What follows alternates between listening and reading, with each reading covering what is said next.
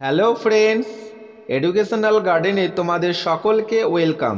26শে জানুয়ারি প্রজাতন্ত্র দিবস উপলক্ষে যারা স্কুলে, কলেজে কিংবা ক্লাবের অনুষ্ঠানে বক্তৃতা দিতে চাও তাদের জন্য আজকের ভিডিও। শুভ সকাল। আজ 26শে জানুয়ারি 75তম প্রজাতন্ত্র দিবস উদযাপন উপলক্ষে আমরা সকলে সমবেত হয়েছি। আজকের এই ঐতিহাসিক দিনে দেশের সংবিধানের প্রতি প্রথমেই সম্মান জানাই, এরপর উপস্থিত সম্মানীয় অতিথিমণ্ডলী ও আমার শ্রদ্ধেয়া শিক্ষক শিক্ষিকা বৃন্দদের প্রণাম জানাই। তারপর আমার প্রিয় সহপাঠীবৃন্দ সকলকে জানাই প্রজাতন্ত্র দিবসের আন্তরিক শুভেচ্ছা ও অভিনন্দন। আজকের দিনটি সকল ভারতবাসীর কাছে একটি গৌরবের দিন। 1947 সালের 15ই আগস্ট শত শত বিপ্লবীর আত্মত্যাগের মধ্য দিয়ে প্রায় 200 বছরের ব্রিটিশ শাসন থেকে আমাদের দেশ ভারতবর্ষ মুক্তি পায়, অর্থাৎ পরাধীনতার গ্লানি মুছে স্বাধীনতা লাভ করে। 1947 সালে 15ই আগস্ট ভারতবর্ষ স্বাধীন হলেও দেশে তখনও কোনো স্থায়ী সংবিধান ছিল না, কিন্তু সেই সময় দেশ পরিচালনার জন্য নির্দিষ্ট কিছু নিয়মকানুন জরুরি হয়ে পড়ে। এই কথা মাথায় রেখে 1950 সালের 26শে জানুয়ারি ডক্টর বি.আর. আম্বেদকরের রচিত দেশের সংবিধান কার্যকর হয়েছিল।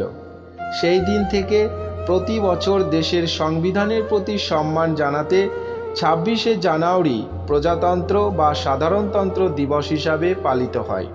প্রতিটি দেশ পরিচালনার জন্য নিজস্ব সংবিধান বা আইন থাকে। সেই মতো স্বাধীনতার প্রায় 3 বছর পর 1950 সালে 26শে জানুয়ারি সকাল 10:18 ভারতবর্ষ পরিচালনার জন্য নিজস্ব সংবিধান বা আইন কার্যকর হয়। কিন্তু 26শে জানুয়ারি দিনটিকেই কেন বেছে নেওয়া হয়েছিল? কারণ 1930 সালের 26শে জানুয়ারি জাতীয় কংগ্রেসের তরফ থেকে প্রথমবার ভারতের পূর্ণ স্বরাজের দাবি জানানো হয়। সেই দিনটিকে সম্মান জানানোর জন্যই এই দিনটিতে সরকারিভাবে সংবিধান কার্যকর হয়।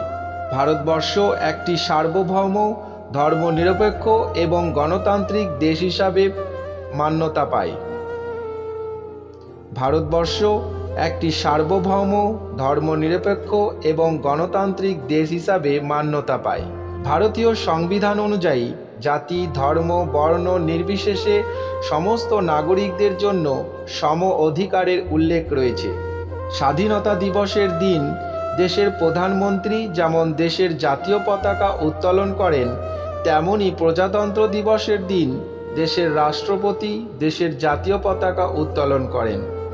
এই দিন তিনি ভারতীয় সশস্ত্র বাহিনী ও সাধারণ নাগরিকদের সাহসিকতার প্রতি সম্মান জানাতে পুরস্কার প্রদান করে থাকেন। এই দিন দেশের রাজধানী নয়াদিল্লিতে কুচকাওয়াজ করা হয়। সমগ্র ভারতবর্ষ জুড়ে স্কুল, কলেজ, অফিস, আদালতে অত্যন্ত গৌরবের সাথে প্রজাতন্ত্র দিবস পালন করা হয়।